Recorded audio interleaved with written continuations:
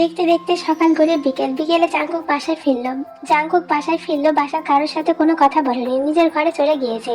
Jungkook সারাদিন খাবার খায়নি, ব্যাপারটা তে মানতে পারেনি। তাই জাঙ্কুক ঘরে যাওয়ার কিছুক্ষণ পর তে প্লেটে খাবার নিয়ে জাঙ্কুকের ঘরে গেল। তেকে দেখে জাঙ্কুক রাগে তেতে উঠলো। কি চাই?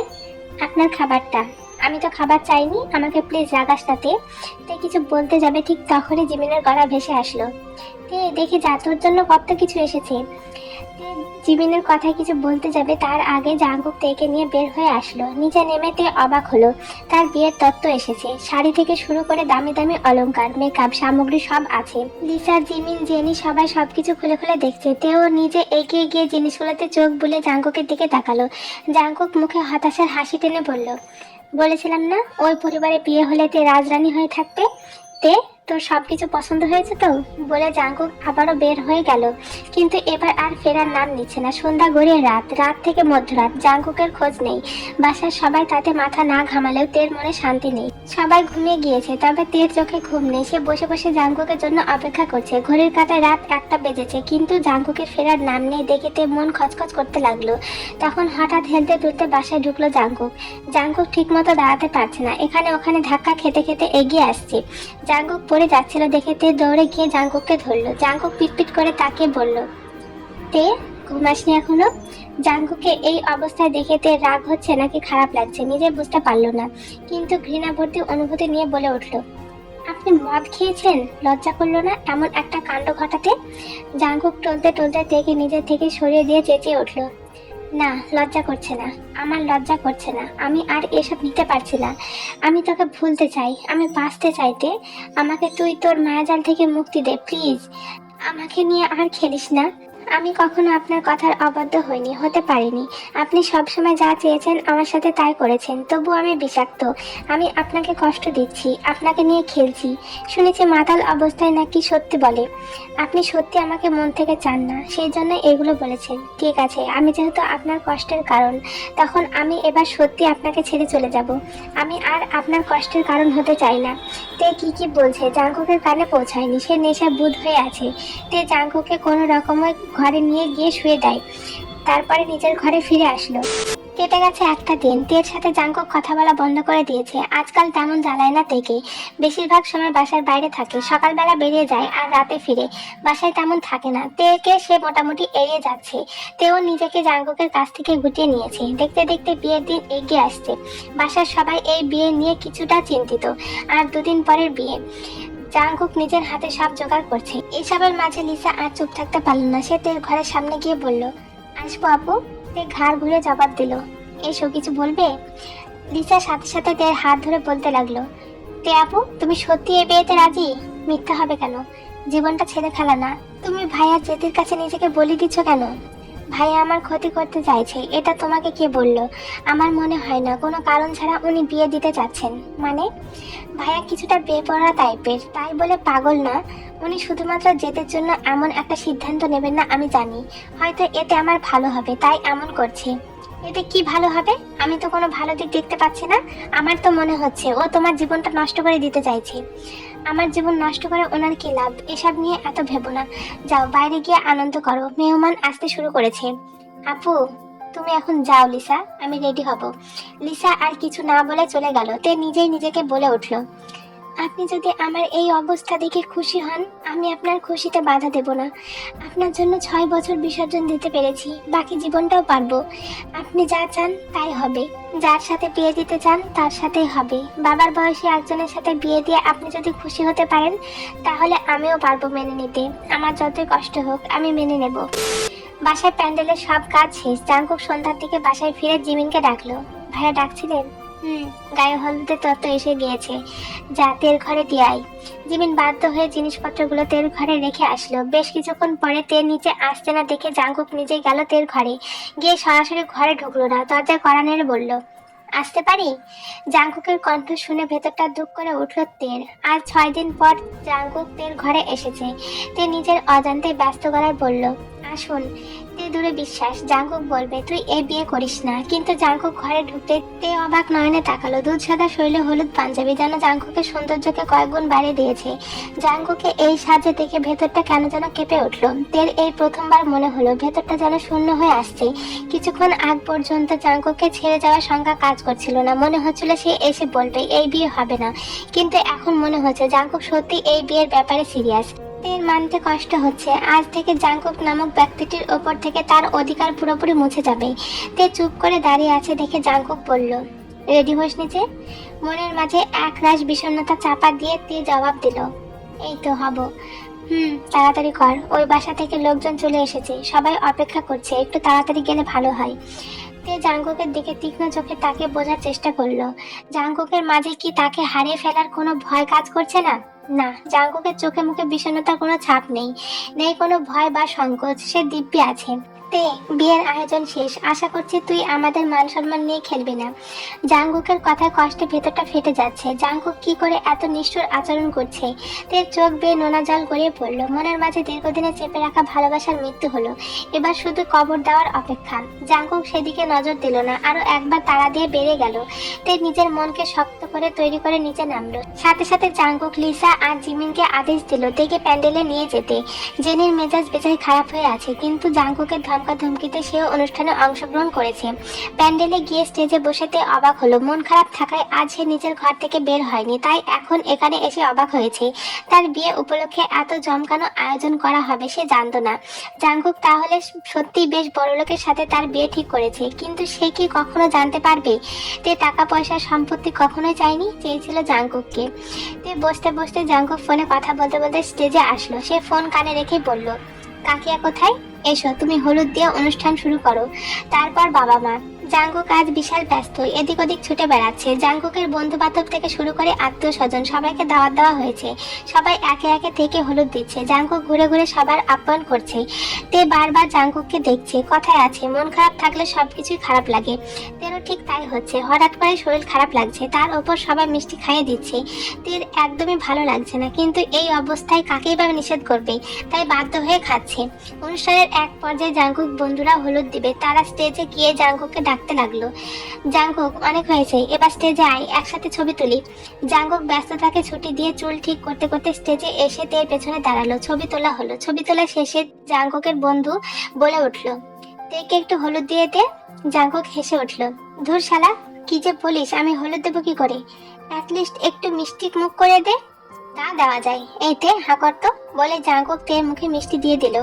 তের গা গুলে উঠলো। তে তাড়াতাড়ি মুখ চেপে ধরলো। জাঙ্কুক নিশ্চয় রাগ করেছে, সে নিশ্চয় ভেবেছে তে ইচ্ছে করে এমন করলো। তে ভীতু চোখে জাঙ্কুকের দিকে তাকালো। জাঙ্কুক তাকে অবাক করে দিয়ে বলল, বমি পাচ্ছে? তে উত্তর দেওয়ার ভাষা খুঁজে পেল না। নিজের ওপর নিজেরই রাগ হলো, এক্ষুনি গা গুলে উঠতে হলো। তার সাথে সবসময় কেন এমন হয়? আশ্চর্য, এভাবে মুখ চেপে রেখেছিস কেন? তে মুখ খুলে কিছু বলতে চাইলো, কিন্তু পারলো না। মুখ খুলতে বমি বেরিয়ে আসলো। জাঙ্কুক তাড়াতাড়ি থেকে টেনে সাইডে নিয়ে গেল। তে বসে বসে বমি করছে। জাঙ্কুক দাঁড়িয়ে দাঁড়িয়ে পাহারা দিচ্ছে। তে উঠে দাঁড়িয়ে ভীতু কণ্ঠে বলল, আমি ইচ্ছে করে করিনি, আমি এমন করতে চাইনি ভাইয়া, প্লিজ মারবেন না। আমাকে কি তোর মাথা মোটা মনে হয়? ইচ্ছে করে কেউ বমি করতে পারে? জাঙ্কুকের কথায় তে রীতিমতো অবাক হলো। এমন একটা ঘটনার পরেও জাঙ্কুক রাগ না করে ঠান্ডা মাথায় কথা বলছে, কি করে সম্ভব? জাঙ্কুক এত বুঝদার কবে থেকে হলো? তের মাথায় ঢুকলো না। জাঙ্কুক এক বোতল পানি এগিয়ে দিয়ে বলল, একা একা যেতে পারবি নাকি ঘরে দিয়ে আসতে হবে? তে উত্তর দিল না। জাঙ্কুক কিছু না বলে তেকে কোলে তুলে নিল আর সবার সামনে দিয়ে নিয়ে গেল। জাঙ্কুকের আচরণে তে অবাক হলো। এই প্রথমবার তে অসুস্থ হওয়ার পর জাঙ্কুক তাকে না মেরে কেয়ার করছে। তের মনে শান্তি পেল। ইচ্ছে হলো জাঙ্কুককে বলতে সে সারা জীবন তার সাথে থাকতে চায়, কিন্তু তের সেই আশায় জল ঢেলে দিল জাঙ্কুক। সে তেকে নিয়ে সোজা ওয়াশরুমে ঢুকে গেল আর তেকে কোল থেকে নামিয়ে দিয়ে নিজে বের হয়ে বাইরে থেকে দরজা বন্ধ করে দিল। তে আবারও এক দফায় অবাক হয়ে পড়ল, ভাইয়া কি করছেন? সাথে সাথে জাঙ্কুক ওয়াশরুমের লাইটটা অফ করে দিয়ে বলে উঠল, খারাপ লাগলে সেটা মুখ ফুটে বলতে হয়, কেউ তো মন বিশারদ নাই, সে তোর মনের কথা বুঝে ফেলবে। মিষ্টি খেতে অসুবিধা হচ্ছিল, বললি না কেন? যাই হোক, আপাতত 1 ঘন্টা অন্ধকারে থাকলে আর এমন হবে না। আপনি কি মানুষ? এক প্রশ্ন কতদিন করিস? দরজাটা খুলুন। 1 ঘন্টার 1 মিনিট আগেও খুলবো না। আমার জীবনের সবচেয়ে বড় ভুল, আমি আপনার পরিবারে জন্মেছি। এই ভুল শুধরানোর কোনো উপায় যেহেতু আপাতত নেই, তাই চুপচাপ থাক। আমি যাচ্ছি, 1 ঘন্টা পর আসবো। যাবেন না প্লিজ, দরজাটা খুলুন। কে শুনে কার কথা? জাঙ্কুক বাইরে চলে গেল আর 1 ঘন্টা পর ফিরে এসে দরজা খুলে দিল। তে নাক মুখ লাল হয়ে গিয়েছে, রাগে ফুসফুস করছে। জাঙ্কুক দরজা খুলে দিয়ে বলল, উঠুন, উঠে নিজের ঘরে যান। তে বলে উঠল, ভেবেছিলাম বিয়ে করে চলে যাব, আপনাকে মুক্তি দিয়ে দেব, কিন্তু না। কার জন্য এত বড় স্যাক্রিফাইস করব? শোনেন, আমি এই বিয়ে করব না। আপনার মতো অমানুষের জন্য আমি আমার জীবনটা বিসর্জন দিব না। তুই কথাটা শেষ করতে জাঙ্কুক তার গাল চেপে ধরে বলে উঠল, এই বিয়েতে যদি তুই কোনো গন্ডগোল করিস, তোর কপালে কি যে আছে তে। কি করবেন আপনি? আমি আপনাকে ভয় পাই না, বুঝেছেন? আমি বিয়ে করব না মানে করব না। তোকে যদি মেরে লাশ বানিয়ে বিয়ে দিতে হয় তাই দিব, তবুও কাল তোর বিয়ে হবে, বলে জাঙ্কুক থেকে ধাক্কা দিয়ে ঘর থেকে বের করে দিল। পরদিন যথারীতি বিয়ের আয়োজন করা হয়েছে, কিন্তু তে বেঁকে বসেছে। সে বিয়ে করবে না, কিছুতেই করবে না। সে বাসা ছেড়ে চলে যাবে, এই নিয়ে তের ঘরে সভা বসেছে। জাঙ্কুক তো রাগে আগুন। কাকিয়া, বরপক্ষ নিচে বসে আছে, তুমি তোমার মেয়েকে বোঝাও, আমি কিন্তু আর সহ্য করব না। আপনাকে সহ্য করতে কে বলেছে? আমি বলেছি? আমি তো বললাম বিয়ে করব না, আমার হাত পা খুলে দিন। কোন অধিকারে আমাকে বেঁধে রেখেছেন? আমি কি কয়েদি? খুলুন বলছি, আমি এখান থেকে চলে যাব। তের কথা শুনে জাঙ্কুক তেরে আসলো, সাথে সাথে তে ভয় পেছনে সরে গেল। কি করবি তুই? বাইরে যাবি তাই না? আচ্ছা দাঁড়া, দেখছি তুই কোন পা দিয়ে বাইরে যাস, বলে জাঙ্কুক আশেপাশে কিছু একটা খুঁজছিল তেকে মারার জন্য। ঠিক তখনই জাঙ্কুকের বাবা বলে উঠল, থামো জাঙ্কুক, তোমরা আর ছোট নেই, এভাবে মারামারি কাটাকাটি করবে? তে, বিয়ে ঠিক করার আগে তোকে বারবার প্রশ্ন করেছিলাম তুই বিয়েতে রাজি কিনা, তুই সবসময় উত্তর দিয়েছিস তুই রাজি। তাহলে এখন এমন করার মানে কি? তুই আমাদের মান সম্মান নিয়ে খেলতে পারিস না। আরিমের কথায় সুর মিলিয়ে তের মা বলল, ভাইজান ঠিকই বলেছে, সব আত্মীয় স্বজন চলে এসেছে, এখন কোন মুখে বিয়ে ভেঙে দেবে? তার মানে তোমরা সবাই চাও এই বিয়েটা হোক? আমার চেয়ে তোমাদের কাছে সম্মানের দাম বেশি? তে একরাশ অভিমান নিয়ে বলল, বেশ, সবাই যখন চাও তখন এই বিয়ে হবে। তে সেজেগুজে বিয়ের আসরে গিয়ে উপস্থিত হলো। বিয়ে পড়ানো শুরু হলো। কাজী সাহেব রেজিস্ট্রি পেপার এগিয়ে দিয়ে বললেন, মা, আপনি বিয়েতে রাজি থাকলে সাইন করে দিন। তে পেপারটা হাতে নিয়ে ছলছল চোখে জাঙ্কুকের দিকে তাকালো। কি করে পারলেন এতটা স্বার্থপর হতে? আমি আপনাদের সবার কাছে এতটাই বোঝা? বেশ, দিলাম সবার ইচ্ছা পূরণ করে। আজ যে বের হয়ে যাব, আর কোনোদিন এই বাড়ির চৌকাট মারাবো না, মনে মনে ভেবে সাইন করে দিল তে। সাথে সাথে জাঙ্কুক পেপারটা নিয়ে নিল আর নিজেই সাইন করে দিল। তে অবাক হয়ে তাকালো। সাথে সাথে জাঙ্কুক বলে উঠল, ফাইনালি তুই আমার লিগাল ওয়াইফ হলি। জাঙ্কুকের কথায় সবাই চরম মাপের অবাক হলো। তে হতভম্ব হয়ে বলল, মানে? জাঙ্কুক হা হা করে হেসে উঠল, কি ভেবেছিলি এত সহজে আমি তোকে মুক্তি দিয়ে দেব? তিলে তিলে আমাকে যে কষ্ট দিয়েছিস তার শোধ নেব না? আজ থেকে দেখবি তুই কি করে আমার হাত থেকে রেহাই পাস। একটা কথা কান খুলে শুনে রাখ, দরকার হলে আমি তোকে রেখে আরো 3টা বিয়ে করব, তবু তোকে ডিভোর্স দেব না। জাঙ্কুকের কথায় আরেম রেগে গেলেন। ধমক দিয়ে বললেন, এসব কোন ধরনের তামাশা জাঙ্কুক? তামাশা হতে যাবে কেন? উনি মানে আঙ্কেল, আমার ফস্টার ফাদার। মানে বাসা থেকে বের হওয়ার পর আঙ্কেল আন্টি আমাকে দত্তক নিয়েছিল। কেন নিয়েছিল সেটা লম্বা ইতিহাস, এখন বলার সময় নেই। ওনারাই আমাকে বিদেশে নিয়ে গিয়েছিল। যেদিন থেকে বিদেশে গিয়েছি সেদিন থেকে আমার লক্ষ্য ছিল দেশে ফিরে আমি আমার প্রতিশোধ নিব। এই মেয়েটা আমাকে অনেক জ্বালিয়েছে, এবার আমার পালা, আমি এবার ওকে দেখে নেব। হুজুর, রেজিস্ট্রি তো হয়ে গেল, এবার ধর্ম মতে বিয়ে পড়ান। তে রাগে কটমাট করে বলে উঠল, আপনার মনে হয় আমি আপনাকে বিয়ে করব? না তো, মনে হয় না, একেবারেই মনে হয় না। তুই স্বেচ্ছায় আমাকে বিয়ে করবি না সেটা আমি জানতাম, আর জানতাম বলে এত নাটক করতে হলো। হ্যাঁ, চাইলে জোর করে তোকে বিয়ে করতে পারতাম, কিন্তু তোকে আমার সাথে নিয়ে যাওয়ার জন্য ক্লিয়ার নির্ভেজাল বিয়ের ভিডিও আর ছবির দরকার ছিল। জোর জবরদস্তি করে বিয়ে করলে এজেন্সিতে বিয়েটা বৈধ হিসেবে বিবেচিত হতো না, তাই তোকে নিয়ে গেলেও তুই সিটিজেনশিপ পেতি না। কিন্তু আমি তো তোকে আজীবন আমার সাথেই রাখবো আর তিলে তিলে কষ্ট দিব। ভিডিওটার জন্য এতক্ষণ তোর ন্যাক আমি সহ্য করেছি, এখন তুই আমার লিগাল লাইফ। আমি চাইলে যে কোনো জায়গায় তোকে নিয়ে যেতে পারি, কারো সাধ্য নেই আমাকে আটকানোর। আমি নিজের সম্মতিতে বিয়ে করিনি, তোর সম্মতির ধার ধারে কে, ইচ্ছে হোক বা অনিচ্ছায়। লক্ষ্মী মেয়ের মতো সাইন করেছিস, এটাই যথেষ্ট। তবে চিন্তা করিস না, তুই এখন নিজের সম্মতিতে কবুল বলে দিবি। আর আজ রাতের ফ্লাইটে আমরা চলে যাব। সেদিন তোকে রেজিস্ট্রি অফিসে নিয়ে যাইনি, পাসপোর্টের ফাইনাল স্টেপের জন্য পাসপোর্ট অফিসে নিয়ে গিয়েছিলাম। আর আরও কিছুদিন আগে, মানে যেদিন আইডি কার্ড নিয়েছিলাম, সেদিন তোর পাসপোর্টের অ্যাপ্লাই করেছিলাম। পাসপোর্ট ভিসা সবই কমপ্লিট হতে একটু সময় লেগে গেল, তা না হলে অনেক আগে তোকে তুলে নিয়ে যেতাম। যাই হোক, এখন তোর সব কাগজপত্র রেডি, এবার শুধু যাওয়ার পালা। আপাতত ট্যুরিস্ট ভিসায় যাবি, যাওয়ার পর বিয়ের ডকুমেন্ট জমা দিয়ে পার্মানেন্ট করে নেব। সে ঘুরে বাড়ি, আমি আপনার সাথে কোথাও যাব না, আর না তো ধর্মমতে বিয়ে করব, বুঝেছেন? করিস না, কে বলেছে করতে? আমার কোনো অসুবিধা নেই, তুই তো আমায় চিনিস। বিয়ের আগে আমি যা যা করতে পারি, আর এখন লিগাল একটা সার্টিফিকেট থাকার পরে কি করব আশা করি নতুন করে জানাতে হবে না। এখন তুই ভেবে দেখ, কালিমা পরে বৈধ সম্পর্কে জড়াবি নাকি অবৈধ সম্পর্কে জড়াবি। আমি তো এক চুল পরিমাণও ছাড় দেব না। বউয়ের কাছ থেকে যা যা আদায় করার সব আদায় করে নেব, সে বিয়ে হোক বা না হোক।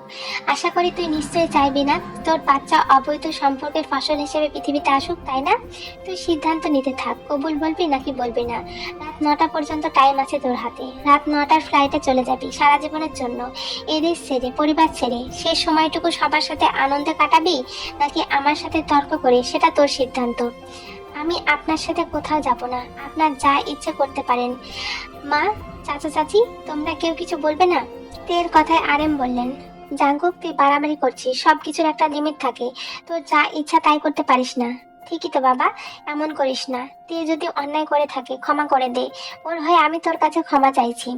জাঙ্কুক মনোযোগ দিয়ে তের মায়ের কথা শুনছিল। কথা শেষ হতে শান্ত গলায় বলল, আমার বউকে আমি কোথায় নিয়ে যাব তার সিদ্ধান্ত অন্য কেউ নিতে পারবে না কাকিয়া। কারোর সম্মতি বা দ্বিমতে কিছু যায় আসে না। তোমার মেয়ের বিয়ে হয়ে গিয়েছে, এখন তার ওপর তোমার কোনো অধিকার নেই। জাঙ্কুক, তুই মিথ্যা বলে সই নিয়েছিস, এই বিয়ের কোনো ভিত্তি নেই, তুই অন্যায় করছিস, তাই নাকি? তাহলে সেটা প্রমাণ করো, যাও পুলিশ কেস করো। তে তুই কি দাঁড়িয়ে দাঁড়িয়ে দেখবি? ঝটপট কবুল বলে নিজের স্বামীকে মেনে নে, তাহলেই তো সব মিটে যায়। শুধু শুধু আমাকে রাগাস না, শেষবারের মতো জিজ্ঞাসা করছি, তুই কি বিয়েটা করবি নাকি না?